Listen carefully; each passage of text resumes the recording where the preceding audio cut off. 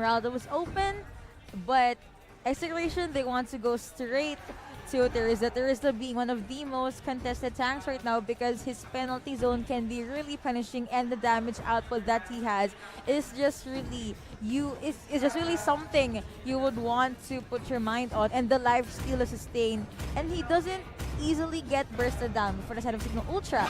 Kufra being locked in here as well as an Esmeralda. We discovered in the series earlier, by the way, that Esmeralda's ultimate can be blocked by Lolita's Bulwark. Oh, so yeah. Well, of the course. the shielding. So that's something. That's a new mechanic basically that we will all get to see. But let's see who will be the second and third pick for the side of Execration. Yep, indeed. So, of course, Lolita could be up for grabs for these two teams now. Execration, normally we see Torisla and then you got Esmeralda together. But in this case, it won't be that situation for Execration.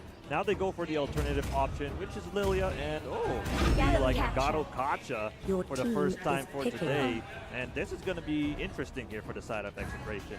Gato Kacha has been making his peaks or appearances in the tournament, but I'm actually surprised he's in the second rotation pick for Execration. So I guess they just really want to maximize that ultimate. But honestly, mid to late game, that's basically Gato Kacha, his ultimate. Yeah, that's true. After that, nada. Yeah, that's true. I mean, Execration with this Lilia and Gato Kacha pick, it shows that they're really going to burst their opponents down with a lot of magical damage. Like, Avatar of the Guardian deals magical damage as well. Lilia, as long as he survives, can actually plant a lot of bombs into the map. And that could actually create space for Execration, especially if they want to deploy this like penalty zone setup with this Torisla pick. Oh yeah, that is actually a good situation for the Samsung Ultra.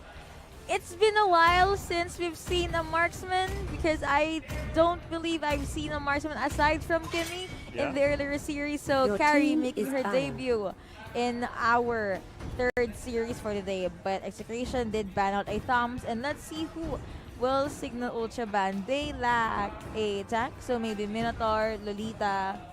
Yeah. Minotaur doesn't usually get banned though. Or Akai. But I mean, any of those tanks could oh be. yeah, Kaja. Oh yeah, Kaja. I mean, We forgot about Kaja. Even both of these teams did not even. first pick Kaja, because Yeah. normally Kaja gets deployed as your first option Exactly. because of the initiation setup. Now, you did mention earlier that we don't normally see a marksman nowadays. Like in the previous months, we see a lot of players pick Claude. Yes. But in this case, we don't see Claude, and we will not see it right now because Claude gets banned here by Cignal Ultra. So that was like the old metas that we have Claudes versus Kimmies. I mean, no, Claudes versus carries.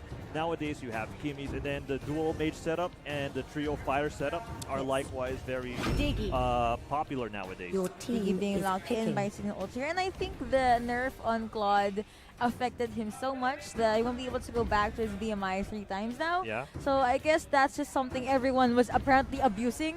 Yeah. And now that it's gone, it's bye-bye Claude. But the damage output from Claude is still stable, but I guess his escape mechanic just got punished so hard. Yep, indeed. And for those of you watching by Cignal Selena. Ultra with this carry, Badon. this is like one of their signature Your heroes. team And we all is know Cignal picking. Ultra, they love to play in the late game. They love to play on the defensive end.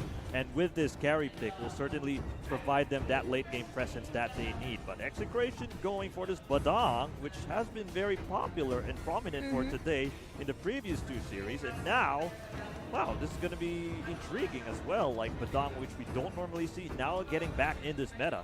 And being picked a lot of times. You usually farm as Bodong the same way you'd farm when you're Claude. You won't be seen in the early game literally like at all. Just wait for your golden staff and another very sturdy core item, and from there you can just spam your ultimate like Claude's Blazing Duet. But the last pick for the side of Signal Ultra is apparently a Bane. Bane making more appearances, honestly, this meta. Yeah, I mean, of course, it does make sense nowadays to deploy Bane because there's a lot of teams that rely solely on like a movement speed buff. Like we see Rafaelis being picked a lot because of the movement speed buff. We see a lot of heroes with movement speed additional impacts like a Grok as well, and a Franco being deployed a lot. So it's really good that you have these heroes. Like Bane also gives like this movement speed buff for the entire team, which is so beneficial because we live now in this meta where early rotations really matter the most, and you do need that additional movement speed so that you can further gank the opposition well. And to add to that, you're going to have to go with which set of heroes can clear a wave as fast as they can, because Yeah. it's still a race to actually going to level 4. Yep. Because I mean, yeah, there are some heroes like Selena. When she's level 2, she can just play out of her mind. Yep. But there's a handful and a lot of heroes that you need to have the ultimate first before you can actually do what you want in Yep. the map. And now we're gonna load straight into game 1. Execration versus Cignal Ultra. For the side of Cignal Ultra, we have D on this Diggy, Tets for this Kufra, Few on this Carry, Eason on this Bane, and Desanya for this Esmeralda. That's a new setup, honestly. I did not Yeah. expect Desanya to use Esmeralda. Yep, indeed. And now we go for Execration. They are the blue team. You got Pakbet going to be playing as Lilia. Sire's going to be playing as Terizla. Chaknu is going to be playing as Edgaro Kacha. Zaknu going to be deploying as that Badang. And Mei is going to be playing as that Selena. So again, early game, this is where all the action start apparently. And Tets did catch a Selena arrow, but Mei Oh, jumps look in, at and that. that is first blood going over to Execration. Such a smooth and finesse take from Mei right here. This is the advantage that we are very familiar with. Once you have a Selena, pair that up with a Badang or a Terizla, you're gonna have the time of your life. Yep, indeed. And that's the important presence of Selena, the fact that you can actually scout around the map with that Abyssal Trap, and add the fact that you've got that Terizla that can really dish out a lot of damage early on when he goes for those execution strikes. And that's something that Cignal Ultra would certainly have to watch out for. Zapno clearing out that wave and punching Few straight into the face. So I guess these two will just have to rotate back or back away. We won't be seeing much of Desanya though, because Esmeralda still has to ramp up on that damage. And speaking of ramping up on the damage and the kills, Mei was able to bag another kill for Execration. This is something you want to avoid if you're Cignal Ultra. Yes. Especially if you're deploying like 2 heroes with a Bounty Hunter emblem. Because as much as possible, you want to maximize the impact of that Bounty Hunter emblem. And if you don't get kills for Cignal Ultra, and if you constantly get killed a lot, that's going to create a lot of space for Execration to like dominate the mid to the late game. And that's something you want to avoid, especially given the fact that this Badang could actually go online with once his itemizations are like further implemented. But then again, Cignal Ultra is the kind of team that their defense goes stronger and thicker as the late game enters. But I guess if Execration can just, make sure that their lead is very immense and very huge, maybe they can easily take the game. But look at here we that. go. Desenya jumped right in, but Turtle being secured by the blue team. Chakmu jumped in, but apparently gets reverse time, and now he's being pressured, getting a lot Oh, of kills. no. Eason used his ultimate Pakpet trying to save him, and apparently Penalty. he was alive, and Desanya goes down, and killing spree going over to Selena. Zapnu still just farming here at the mid lane. That's the beauty about the Garo Kacha, is that he's so tanky. The moment he loses his HP, he's going to be a very difficult target there. Like, you see, you thought that Chakra was going to go down, but then he's got that passive ability where the lower his HP, the stronger, the more tankier he gets, which is something that Cignal Ultra underestimated, as Pakman is going to get caught there, and he's certainly going to go down with these rotations by Cignal Ultra. Used time journey just to make sure that they will secure that kill. It was a nice decision making for D, just to, again, secure a kill. But honestly, Execration still has this very small lead up ahead of them. But Cignal Ultra, slowly but surely, they are denying Execration of any chance to snowball any further. But the Ara apparently hits the buff, but I guess that won't do much because they will still be able to secure this buff. The small, it's supposed to be Diggy Bombs, but it's stars. So the Diggy Stars doing its work, being a pseudo ward. Yeah, I mean, of course, those Diggy Stars are indeed very beneficial for Cignal Ultra. That's going to help them get that vision advantage, because so far, Execration's movement have been really phenomenal. Like Desenya, together with Isan and D, sorry, not Desenya, wrong targets, but the likes of Sire, the likes of Chaknu, the likes of Pakbet, and Mei as well. When they constantly move around the map, it forces Cignal Ultra to play very defensive. And of course, if you're D, you have no choice, but you gotta implement these bombs to make sure that you've got intel for your team. Execration still has a suit ward too, which is Selena's arrows, and I actually, the virus skin Selena is beautiful and aesthetically pleasing, yes, but you literally see the traps. It's Oh, really? so bright, but I guess it's okay for the side of Execration, and they were able to secure the Chakno charging in, and he goes straight to Eason. Apparently the arrow did not connect. Eason used his flicker to be able to get away, and this is a free turret for the side of Execration, but I thought he was gonna get away with it, but Sar goes down in the hands of Cignal Ultra. But wait, your bot lane is being pressured and being open right here. Zapnu uses ultimate and he gets knocked up. Bouncing ball has been used. What will he do? Tess is just gonna back away with Pakbet just setting up the bombs. Yep, it's certainly a win for the side of Execration, but it could be going in favor of Cignal Ultra slowly because of the fact that we're able to get that tier 2 tower on the top lane. Like, when Cignal Ultra got the kill and Execration got the tower, you thought that Execration has the advantage, but then Cignal Ultra was actually getting the kill and the tower, which is like a slight momentum boost, and this is something Execration might have to watch out for, because we all know Cignal Ultra could produce dividends on the very late game when they've been given space on their damage dealers. Space created indeed. Calamity Reaper being picked up by Pisanya, so we're gonna see more of that Esmeralda. But for few, he has endless battle, so he just needs one more core item. Silence Robe turning into an Oracle for the side of Sar on Execration though, and the arrow apparently did not connect again. Yep, indeed. You mentioned the endless battle, and then you got Desenia with that Calamity Reaper. So that's a bit problematic for Execration, because we all know that if you actually gets his carry with that endless battle, that actually is good news for Cignal Ultra, because that's Ramps up the physical damage. yeah, even if you lose your towers for Cignal Ultra, the story has always been repeated that Cignal Ultra could produce something when this carry has this endless battle. Arrow a little bit too early there, but Zalpnin was able to secure the turret nonetheless. And mid lane turret going down again. Oh no, I mean, this is good for Execration, but Cignal Ultra is just all over the place. Bloodlust Axe being picked up by Eason as well. Yep, indeed. And Cignal Ultra, they love to go for these separation plays to get these objectives. Like most of the teams in this MPL, you see Rafflesia for Sun Sparks, you see Archangel with Kilowatt, they love to go in separation mode.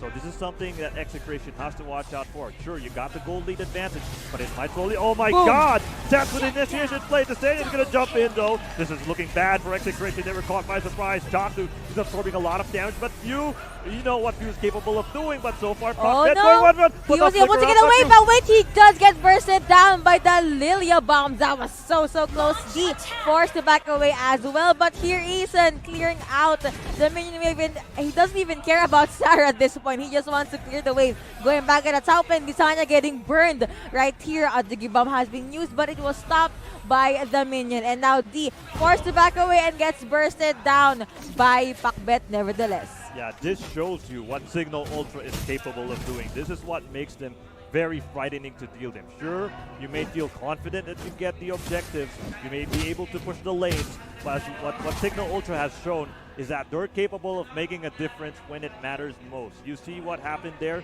Execration did not expect that surprise factor that Cignal Ultra provide. They were caught off guard by those abilities, and the fact that Few was left all by himself without receiving a lot of damage, it actually creates a lot of space for her to dish out a lot of damage onto the frontliners of Execration. And here's the thing, Cignal Ultra just needed one good initiate and they can literally punish Execration so much. It's a high risk, high reward kind of thing, and Zapnu actually now onto a golden staff, so he's gonna have more damage, and I think he can join the team fights now.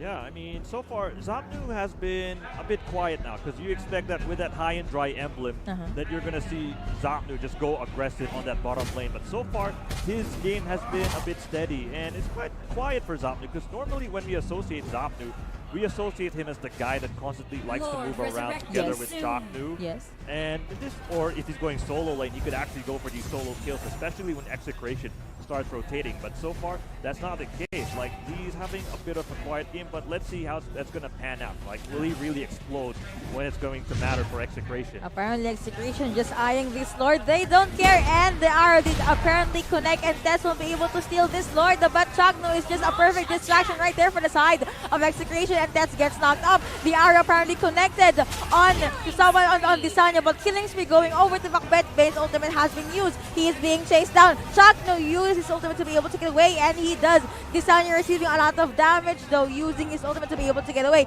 But Selena flickers in. Will she actually be able to get a kill? Apparently, she is the one that gets taken down. Macbeth forced to back away, and now Cignal jumped in. He is the sacrificial lamb, but Sire, bro, your base. All right, that is too much. But I guess Cignal also got too distracted.